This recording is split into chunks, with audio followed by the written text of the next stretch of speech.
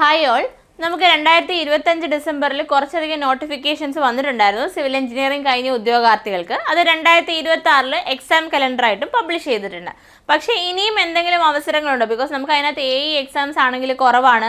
നമ്മൾ വിചാരിച്ചാൽ overseas grade 3 ആണെങ്കിൽ ഡിസ്ട്രിക്ട് ലെവലാണ് വന്നത്, സ്റ്റേറ്റ് ലെവലിൽ വന്നില്ല. അപ്പോൾ അങ്ങനെ നമുക്ക് കുറച്ച് അൺഎക്സ്പെക്റ്റഡ് ഡീവിയേഷൻസ് അതിൽ വന്നതുകൊണ്ട് തന്നെ ഇനി അടുത്ത നോട്ടിഫിക്കേഷൻസ് എപ്പോഴാണ് വരുന്നത്, അല്ലെങ്കിൽ ഇനി സിവിൽ എഞ്ചിനീയറിംഗ് കഴിഞ്ഞ ഉദ്യോഗാർത്ഥികൾക്ക് എന്തൊക്കെയാണ് അവസരങ്ങൾ എന്ന ചോദ്യം മിക്കവാറും നമ്മൾ ഫേസ് ചെയ്യുന്നുണ്ട്.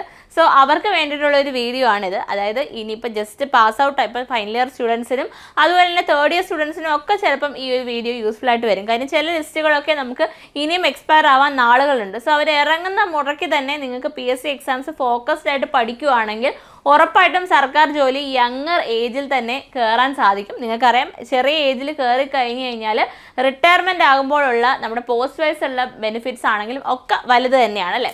അപ്പോൾ നമുക്ക് ഇന്നത്തെ വീഡിയോ എന്ന് പറയുന്നത് നമ്മൾ ഇനി പ്രതീക്ഷിക്കുന്ന സിവിൽ എഞ്ചിനീയറിംഗ് കഴിഞ്ഞ ഉദ്യോഗാർത്ഥികൾക്കുള്ള നോട്ടിഫിക്കേഷൻസ് ആണ്. ആൻഡ് നമ്മളിത് ക്വാളിഫിക്കേഷൻ പ്രകാരമാണ് ക്ലാസിഫൈ ചെയ്ത് പറഞ്ഞിരിക്കുന്നത്. അതായത് BTech ലെവലുള്ളത്, ഡിപ്ലോമ ലെവലുള്ളത്, ITI ലെവലുള്ളത്. ഇതിൽ നമുക്ക് BTech ലെവലിലുള്ള ഓൾമോസ്റ്റ് മേജർ നമുക്ക് നോട്ടിഫിക്കേഷൻസ് എക്സ്പെക്ട് ചെയ്യുന്ന LSGD, PWD, ഇറിഗേഷൻ ഒക്കെ നമുക്ക് എക്സാംസ് ഓൾറെഡി ഷെഡ്യൂൾഡ് ആണ്. ഈ 3 ഡിപ്പാർട്ട്മെൻറ്റ്സ് ആണ് മെയിനായിട്ട് നമ്മൾ സിവിൽ എഞ്ചിനീയറിംഗ് കഴിഞ്ഞ ഉദ്യോഗാർത്ഥികൾ, BTech യോഗ്യതയുള്ളവർ, ഒരു സർക്കാർ ജോലി പ്രതീക്ഷിക്കുന്നവർ ഡിപ്പാർട്ട്മെൻറ്റ് എന്ന് പറഞ്ഞാൽ. പക്ഷേ നമുക്ക് എന്നിരുന്നാലും ഇവിടെ അവസരങ്ങൾ തീരുന്നില്ല, ഇനിയും അവസരങ്ങളുണ്ട്. നമുക്ക് നോക്കാം ഏതൊക്കെയാണ് നമ്മൾ പ്രതീക്ഷിക്കുന്ന ഒരു നോട്ടിഫിക്കേഷൻസ് എന്ന്. അപ്പം ബിഫോർ ദാറ്റ് ഞാൻ ഒരു കാര്യം കൂടെ പറഞ്ഞോട്ടെ. ആദ്യം MTech കഴിഞ്ഞ ഉദ്യോഗാർത്ഥികൾ നമ്മുടെ വീഡിയോ കാണുന്നുണ്ടെങ്കിൽ, അല്ലെങ്കിൽ MTechന് പഠിച്ചുകൊണ്ടിരിക്കുന്ന ഉദ്യോഗാർത്ഥികൾ, ഫസ്റ്റ് ഇയർ ആവട്ടെ സെക്കൻഡ് ഇയർ ആവട്ടെ, നിങ്ങൾ കണ്ടുകൊണ്ടിരിക്കുന്നുണ്ടെങ്കിൽ നിങ്ങൾക്ക് വരാൻ പോകുന്ന ഒരു സുവർണ അവസരമാണ് നമ്മുടെ assistant professor in engineering colleges. അത് ഞാനിവിടെ MTech ഉള്ള ആൾക്കാർ വളരെ ചുരുക്കമായതുകൊണ്ട് സ്ലൈഡിൽ ഇൻക്ലൂഡ് ചെയ്യാത്തതാണ്. അപ്പോൾ assistant professor in engineering colleges നമുക്ക് ഇപ്പം 1-2 വർഷത്തിനുള്ളിൽ നമുക്ക് ലിസ്റ്റ് തീരാൻ ചാൻസ് ഉണ്ട്. അതുകൊണ്ട് തന്നെ നമുക്ക് 2026 ലാസ്റ്റ് ഡിസംബറിലോ അല്ലെങ്കിൽ 2027 മിഡിലോ ഒക്കെ നമുക്ക് നോട്ടിഫിക്കേഷൻ പ്രതീക്ഷിക്കാം. സോ MTech കഴിഞ്ഞ് ടീച്ചിങ് പാഷനായിട്ട് MTech എടുത്ത ഉദ്യോഗാർത്ഥികൾ ഈ വീഡിയോ കാണുന്നുണ്ടെങ്കിൽ മറക്കണ്ട, അസിസ്റ്റൻറ്റ് പ്രൊഫസർ നോട്ടിഫിക്കേഷൻ നമ്മൾ പ്രതീക്ഷിക്കുന്നുണ്ട്. അതിൻ്റെ യോഗ്യത MTech ആണ്. സോ BTech മാത്രം പോരാ.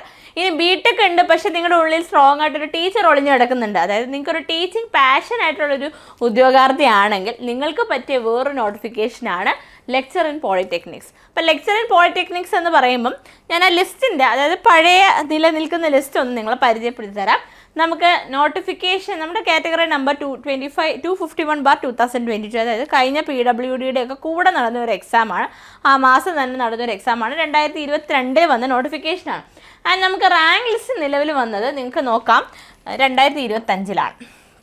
അതായത് കഴിഞ്ഞ വർഷം ആദ്യമാണ് വന്നത്. പിന്നെ എന്തിനാണ് ഇതൊരു എക്സ്പെക്റ്റഡ് നോട്ടിഫിക്കേഷനായിട്ട് തന്ന് ഞങ്ങൾക്ക് പ്രതീക്ഷ തരികയാണോ എന്നുള്ള ചോദ്യം നിങ്ങളുടെ ഉള്ളിൽ ഉണ്ടായിരിക്കും. പക്ഷേ അങ്ങനെയല്ല.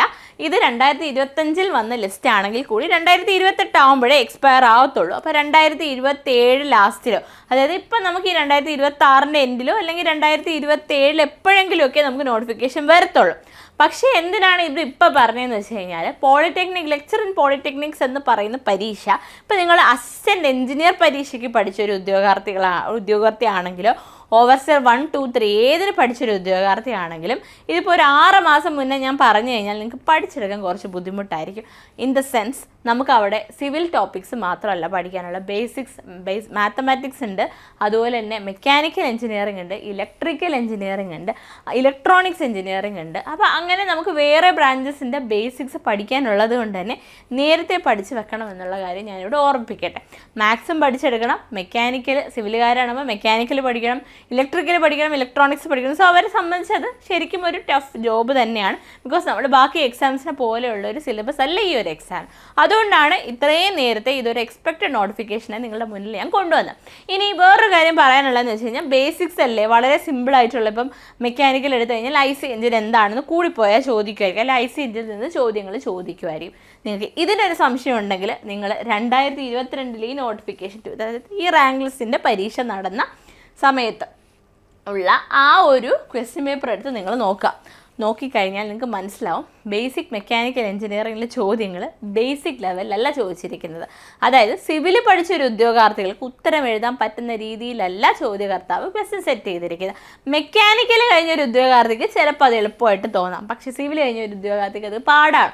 അതിൻ്റെ അർത്ഥം ബേസിക് സബ്ജക്ട്സ് നിങ്ങൾ ഇൻ ഡെപ്തിൽ പഠിച്ച് പല ലെവലിലുള്ള ക്വസ്റ്റ്യൻസ് വർക്കൗട്ട് ചെയ്താൽ മാത്രമാണ് ബേസിക്സിൽ നിന്നുള്ള ക്വസ്റ്റ്യൻസ് ഫുള്ള് നിങ്ങൾക്ക് അറ്റൻഡ് ചെയ്ത് നല്ലൊരു മാർക്ക് നേടി റാങ്ക് ലിസ്റ്റിൽ മുകളിലെത്താൻ പറ്റും. റാങ്ക് ലിസ്റ്റ് നിങ്ങൾ കണ്ടു കാണുമല്ലോ. റാങ്ക് ലിസ്റ്റിലെ മാർക്ക് നിങ്ങൾക്ക് കാണാൻ പറ്റും. 65ഉം 64ഉം ഒക്കെയാണ് നമുക്ക് ഫസ്റ്റ് റാങ്കിന് വന്നിരിക്കുന്ന മാർക്ക് എന്ന് പറയുന്നത്. ടെസ്റ്റിൻ്റെ മാർക്കാണ് ഈ എഴുതിയിരിക്കുന്നത് 65.33. ഫസ്റ്റ് റാങ്കുകൾക്ക് വന്നത് എബോവ് 60 ആണ്. അതായത് ആദ്യം റാങ്ക് വന്നിരിക്കുന്നത് 65 മാർക്കാണ്. അപ്പോൾ 65 മാർക്ക് എന്ന് പറഞ്ഞാൽ ബേസിക്സ് ഉള്ള ഒരു പരീക്ഷയ്ക്ക് ആക്ച്വലി ഇത് നല്ല സ്കോറാണ്. ഇത് എപ്പോൾ നടന്ന പരീക്ഷയാണ്. അപ്പോൾ ഇനിയും നമുക്ക് വർഷങ്ങൾ കഴിഞ്ഞ് ഈ പരീക്ഷ നടക്കുമ്പോൾ ഫസ്റ്റ് റാങ്കിന് ഇനിയും ഉയർന്ന സ്കോറാവും. പിന്നെ ഈ നമ്മൾ എവിടെയെങ്കിലും ലിസ്റ്റിൽ വന്ന് പെട്ട് കഴിഞ്ഞാൽ ജോലി കിട്ടുന്ന ഒരു പോസ്റ്റ് അല്ല ഇത്. അത് ആദ്യമേ മനസ്സിലാക്കാം. ഒരു 2 ഡിജിറ്റ് റാങ്ക് 100% വേണം. ഈ 2 ഡിജിറ്റ് റാങ്കിലും ഒരു 30-നകത്തൊക്കെ റാങ്ക് വന്നു കഴിഞ്ഞാൽ നമുക്ക് ജോലി കിട്ടും എന്ന് പറയാനേ പറ്റത്തുള്ളൂ. അതുകൊണ്ട് തന്നെ ടീച്ചിങ് നിങ്ങളുടെ സ്വപ്ന ജോലിയാണ്. അല്ലെങ്കിൽ നിങ്ങൾക്ക് ബി.ടെക്കേ ഉള്ളൂ, എം.ടെക് എടുക്കാൻ താല്പര്യമില്ല, പക്ഷേ എന്നാലും പഠിപ്പിക്കാൻ താല്പര്യം ഉണ്ടെങ്കിൽ നിങ്ങൾക്കൊരു പോസ്റ്റിന് വേണ്ടിയിട്ട് തയ്യാറെടുക്കാം. പക്ഷേ ഞാൻ ഈ പറഞ്ഞ കാര്യങ്ങളൊക്കെ നിങ്ങളുടെ ഉള്ളിൽ വേണം. അതായത് ബേസിക്സ് പഠിക്കണം. ബേസിക് ലെവലിൽ പഠിച്ചാൽ പോരാ, അഡ്വാൻസ്ഡ് ലെവലിൽ പഠിക്കണം. ഇങ്ങനെ കുറേ കാര്യങ്ങൾ നമ്മൾ എന്ത് ചെയ്യണം, കൺസിഡർ ചെയ്യണം. സോ ഇതൊക്കെ മനസ്സിലാക്കി വേണം ഈ ഒരു പരീക്ഷയെ നേരിടാനായിട്ട്. അപ്പോൾ ഇതൊരു ഇൻഡിക്കേഷനാണ്.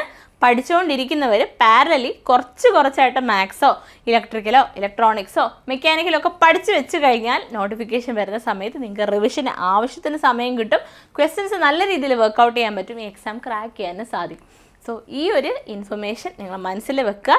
ഇത് ടാർഗറ്റ് ചെയ്ത് പഠിക്കുന്ന ഉദ്യോഗാർത്ഥികളുണ്ടെങ്കിൽ വേഗം തന്നെ പഠിച്ചു തുടങ്ങാം.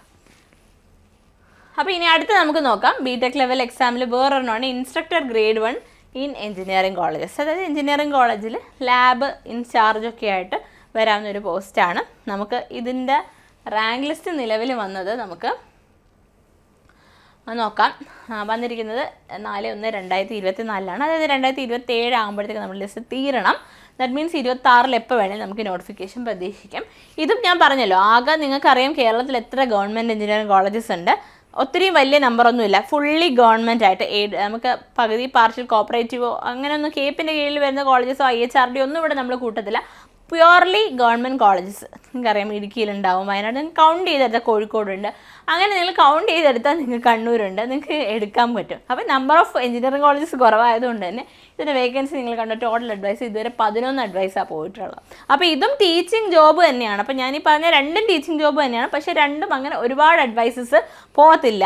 Just because of the fact that government polytechnic കോളേജുകളാണെങ്കിലോ ഗവൺമെൻറ് എഞ്ചിനീയറിംഗ് കോളേജസ് ആണെങ്കിലോ ഒരുപാട് നമ്പർ നമ്മുടെ കേരളത്തിലില്ല. അപ്പോൾ ആ ഉള്ള കോളേജസിലേക്ക് മാത്രമേ നമുക്ക് ഈ ഒരു ലിസ്റ്റ് വഴി റിക്രൂട്ട്മെൻറ്റ് നടക്കത്തുള്ളൂ എന്നുള്ള കാര്യം മനസ്സിലാക്കാം. അപ്പോൾ ഇവിടെ ടോട്ടൽ അഡ്വൈസ് 11 പോയിട്ടുള്ളത്. ലാസ്റ്റ് അഡ്വൈസിൻ്റെ ഡേറ്റ് 2025 അതായത് ഡിസംബർ മാസത്തിൽ 2025 ഇപ്പോൾ റീസെൻ്റ് ആയിട്ട് പോയിട്ടുണ്ട്. അപ്പം ഇപ്പോഴും ഇതിനകത്ത് അഡ്വൈസ് പോകുന്നുണ്ടെന്നുള്ള കാര്യം മനസ്സിലാക്കാം. മാർച്ച് ആകുമ്പോഴത്തേക്ക് ഇനിയും പോകുമായിരിക്കും, റിട്ടയർ ആകുമായിരിക്കും കുറച്ച് ആൾക്കാർ. റിട്ടയർമെൻറ്റ് അല്ലെങ്കിൽ മാർച്ച് കഴിയുമ്പോഴത്തേക്ക് റിട്ടയർമെൻറ്റ് വേക്കൻസി PSC റിപ്പോർട്ട് ആവുന്നവർ മറക്കും. അപ്പോൾ നിങ്ങൾ മനസ്സിലാക്കേണ്ട ഒരു കാര്യം എന്ന് വെച്ച് കഴിഞ്ഞാൽ ടീച്ചിങ് ജോബ് ഇഷ്ടമുള്ളവർക്ക് ബി.ടെക് കഴിഞ്ഞവർക്ക് 2 ഓപ്പർച്യൂണിറ്റീസ് പറഞ്ഞിട്ടുണ്ട്. രണ്ടും നല്ല രീതിയിൽ കോമ്പറ്റീഷൻ ഉള്ളതും നല്ല റാങ്ക് കിട്ടിയാൽ മാത്രം ജോലി കിട്ടുന്നൊരു ജോബാണ്. സോ അത് മനസ്സിലാക്കി പഠിച്ചു തുടങ്ങുക. ഇതിനകത്ത് പക്കാ സിവിൽ പോർഷൻസ് മാത്രമേ ചോദിക്കത്തുള്ളൂ. പക്ഷേ പോളിടെക്നിക് ലെക്ചറിനകത്ത് നമുക്ക് ബേസിക്സ് പഠിക്കേണ്ട ആവശ്യമുണ്ട്. ഓക്കെ, ഇനി അടുത്ത നമ്മുടെ ഒരു ബി.ടെക് ലെവൽ എക്സാമാണ് അസിസ്റ്റൻറ്റ് പ്രൊജക്ട് എഞ്ചിനീയർ KLDC, അതായത് Kerala land development corporation limited. അത് നമ്മൾ ഓവർസിയർ എക്സാംസ് ഒക്കെ പ്രതീക്ഷിക്കുന്നുണ്ട് വരാനായിട്ട്. 2ഓ 3ഓ 1ഓ ഒക്കെ വരാൻ ചാൻസസ് ഉണ്ട് നമുക്ക് വരുന്ന വർഷങ്ങളിൽ. അതുപോലെ തന്നെ അവിടെ AE ലെവലിന് ഈക്വലൻ്റ് ആയിട്ടുള്ളൊരു പോസ്റ്റാണ് അസിസ്റ്റൻറ്റ് പ്രൊജക്ട് എഞ്ചിനീയർ എന്ന് പറയുന്നത്. നമുക്ക് ഈ റാങ്ക് ലിസ്റ്റിൻ്റെ പ്രീവിയസ് ഇതൊന്ന് നോക്കുകയാണെങ്കിൽ സാലറി പക്ഷേ നമുക്ക് കുറച്ച് കുറവാണ് കമ്പയർഡ് ടു AE. നമുക്ക് വന്നിരിക്കുന്നത് 24 സോ വിച്ച് മീൻസ് 2024 വന്ന ലിസ്റ്റാണ്. ആൻഡ് 2027 ആകുമ്പോഴത്തേക്ക് നമുക്ക് എന്ത് ചെയ്യും, ലിസ്റ്റ് എക്സ്പയർ ആവും. അപ്പോൾ അതായത് അടുത്ത ഈ 2026 ഡിസംബറിലോ അല്ലെങ്കിൽ എപ്പോഴെങ്കിലും നമുക്ക് ഉടനെ തന്നെ ഒരു നോട്ടിഫിക്കേഷൻ പ്രതീക്ഷിക്കാവുന്ന പോസ്റ്റാണ് നമ്മുടെ ഈ ഒരു അസിസ്റ്റൻറ്റ് പ്രൊജക്ട് എഞ്ചിനീയർ KLDC എന്ന് പറയുന്ന പോസ്റ്റ്. അപ്പം ഓർക്കുക, അപ്പോൾ ഇത് നമുക്ക് സിവിൽ എഞ്ചിനീയറിംഗ് ബി.ടെക് കഴിഞ്ഞ ഉദ്യോഗാർത്ഥികൾക്കുള്ള അടുത്തൊരു അപ്കമിങ് നോട്ടിഫിക്കേഷനാണ്. ഓക്കെ, ഇനി നമുക്ക് ഡിപ്ലോമ ലെവൽ എക്സാംസ് നോക്കാം. ഡിപ്ലോമ ലെവലിൽ നമുക്ക് പ്രതീക്ഷിക്കുന്ന 2 എണ്ണമാണുള്ളത്. KSEB സബ് എഞ്ചിനീയർ ആണ്. നമുക്ക് വന്നിരിക്കുന്ന 2024 2027 നമുക്കത് എക്സ്പയറും. സോ 2026 നമ്മൾ അതിൻ്റെ നോട്ടിഫിക്കേഷൻ പ്രതീക്ഷിക്കുന്നുണ്ട്. അതുപോലെ തന്നെ ഡിപ്ലോമ ലെവലിൽ വേറൊരെണ്ണമാണ് വർക്ക്ഷോപ്പ് ഇൻസ്ട്രക്ടർ സിവിലും. ഇതും ഒരു ടീച്ചിങ് റിലേറ്റഡ് ജോബാണ്. 2027 ലിസ്റ്റ് തീരുന്നത്. ഇത് 2026 നമ്മൾ എക്സ്പെക്ട് ചെയ്യുന്നുണ്ട്. സോ 2026 എക്സ്പെക്ട് ചെയ്യുന്ന 1-2 എണ്ണം ഞാൻ പറഞ്ഞു. KLDC അസിസ്റ്റന്റ് പ്രൊജക്ട് എഞ്ചിനീയർ, അതുപോലെ KSEB sub engineer, workshop instructor civil. ബാക്കി പോളിടെക്നിക് ലെക്ചറർ കുറച്ചുകൂടെ നമ്മൾ കഴിഞ്ഞിട്ടേ നമുക്ക് എന്ത് വരത്തുള്ളൂ, നമ്മുടെ ഈ പറഞ്ഞ നോട്ടിഫിക്കേഷൻ വരത്തുള്ളൂ. And instructor grade 1 in engineering കോളേജും നമുക്ക് ഈ വർഷം നോട്ടിഫിക്കേഷൻ എക്സ്പെക്ട് ചെയ്യാവുന്നതാണ്.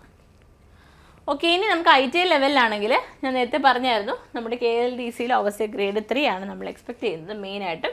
പിന്നെ കേരള സ്റ്റേറ്റ് കൺസ്ട്രക്ഷൻ കോർപ്പറേഷനിൽ ഒന്നെങ്കിൽ ഓവർസിയർ ഗ്രേഡ് 1 അല്ലെങ്കിൽ ഡ്രാഫ്റ്റ്സ്മാൻ എന്നൊക്കെ പറഞ്ഞ് വരാറുണ്ട്. സോ മൈനറായിട്ട് നമുക്ക് ITI ലെവലിലെ പരീക്ഷകൾ നമ്മൾ അതായത് ഒരുപാട് മാസ് റിക്രൂട്ട്മെൻറ്റ് നടക്കുന്ന പരീക്ഷകൾ നമ്മൾ ഉടൻ നിയർ ഫ്യൂച്ചറിൽ പ്രതീക്ഷിക്കുന്നില്ല. ബിക്കോസ് എല്ലാം നമ്മൾ എഴുതി ഒന്നെങ്കിൽ റിസൾട്ട് വെയിറ്റിംഗ് ആണ്, അല്ലെങ്കിൽ ഇപ്പോൾ റിസൾട്ട് വന്നുകൊണ്ടിരിക്കുക.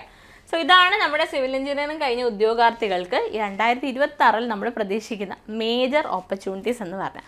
അപ്പം നിങ്ങളൊരു കാര്യം മനസ്സിലാക്കേണ്ടത്, നമുക്ക് 2026 ഹാൻഡ്ഫുൾ ഓഫ് എക്സാംസ് ഉണ്ട്. AE എക്സാംസിൽ ഇനി നമുക്ക് ഇറിഗേഷൻ ഉണ്ട്, ഏറ്റവും വലിയൊരു Kerala water authority AE exam ഉണ്ട്. ഇത് കൂടാണ്ട് നമുക്ക് BTech ലെവലിൽ ഞാനിപ്പോൾ പറഞ്ഞ എക്സാംസ് എല്ലാം തന്നെ ഉണ്ട്. സോ നമുക്ക് ഈ ഒരു പഠനം എന്ന് പറയുന്നത് ഈ വർഷം കൊണ്ട് നിർത്തുമോ അല്ലെങ്കിൽ അടുത്ത വർഷം കൊണ്ട് നിർത്തുമോ, നമുക്കിനി നമ്മുടെ ഒരു ഗ്യാപ്പ് എടുക്കുവാണെങ്കിൽ ഒരു 2 വർഷം നമ്മൾ ഹാർഡ് വർക്ക് ചെയ്ത് കഴിഞ്ഞാൽ നമുക്ക് ഗവൺമെൻറ് സർവീസ് കയറും. എസ്പെഷ്യലി ഫൈനൽ ഇയർ സ്റ്റുഡൻസ് ഈ വീഡിയോ കാണുന്നുണ്ടെങ്കിൽ നിങ്ങൾ ഇറങ്ങുന്ന സമയത്ത് തന്നെ പഠിച്ച് തുടങ്ങിക്കഴിഞ്ഞാൽ ടീച്ചിങ് ജോബിലൊക്കെ തന്നെ ഡയറക്റ്റ്ലി വേണേൽ കയറാം. ഇനി ടീച്ചിങ് ജോബ് ഇഷ്ടം അല്ല, നിങ്ങൾക്ക് ടീച്ചിങ് ജോബ് വേണ്ട, അല്ലാത്ത ജോബ് മതിയെങ്കിൽ അതിനുള്ള ഓപ്പർച്യൂണിറ്റീസും ഉണ്ട്. അപ്പം MTech എടുക്കാതെ തന്നെ ഒരു ടീച്ചിങ് ജോബിലേക്ക് കയറാൻ പറ്റും. പിന്നെ ചെറിയ പ്രായത്തിൽ സർവീസിൽ കയറാൻ പറ്റും. പക്ഷേ നമ്മൾ 1-2 വർഷം ഇതിനു വേണ്ടി വർക്ക് ചെയ്യണം. അപ്പം ഈ വരുന്ന എക്സാംസ് എല്ലാം പല ലെവലിലാണ്. എക്സാംസിലെല്ലാം ഒരുമിച്ച് തയ്യാറെടുക്കാൻ നമ്മുടെ എൻട്രിയിൽ civil engineering foundation course available ആണ്. വരാനിരിക്കുന്ന എല്ലാ എക്സാംസിനും നിങ്ങൾക്ക് ഒരുമിച്ച് തയ്യാറെടുക്കാം. നമ്മുടെ കോഴ്സസിൻ്റെ കൂടുതൽ ഡീറ്റെയിൽസ് അറിയാൻ താഴെയുള്ള ഫോം ഫില്ല് ചെയ്യുക. അത് മാത്രമല്ല, ചാനൽ ആരെങ്കിലും സബ്സ്ക്രൈബ് ചെയ്തിട്ടില്ലെങ്കിൽ ചാനൽ സബ്സ്ക്രൈബ് ചെയ്യുക. ബിക്കോസ് നമ്മൾ ഈ ചാനലിൽ നമ്മൾ ഫ്രീ കണ്ടൻറ്റും തരുന്നുണ്ട്. അത് മാത്രമല്ല, ഇതുപോലുള്ള ഇൻഫർമേഷനും പാസ് ചെയ്യുന്നുണ്ട്. ആൻഡ് കണ്ടൻറ്റിൽ നിന്ന് നമുക്ക് ചോദിക്കുന്ന ക്വസ്റ്റ്യൻ്റെ എണ്ണം വളരെ കൂടുതലാണെന്നുള്ളത് റീസെൻറ്റ് എക്സാംസ് നമുക്ക് പ്രൂവ് ചെയ്തതാണ്. സോ ചാനൽ ആരെങ്കിലും സബ്സ്ക്രൈബ് ചെയ്തിട്ടില്ലെങ്കിൽ ചാനൽ സബ്സ്ക്രൈബ് ചെയ്യുക. Thank you.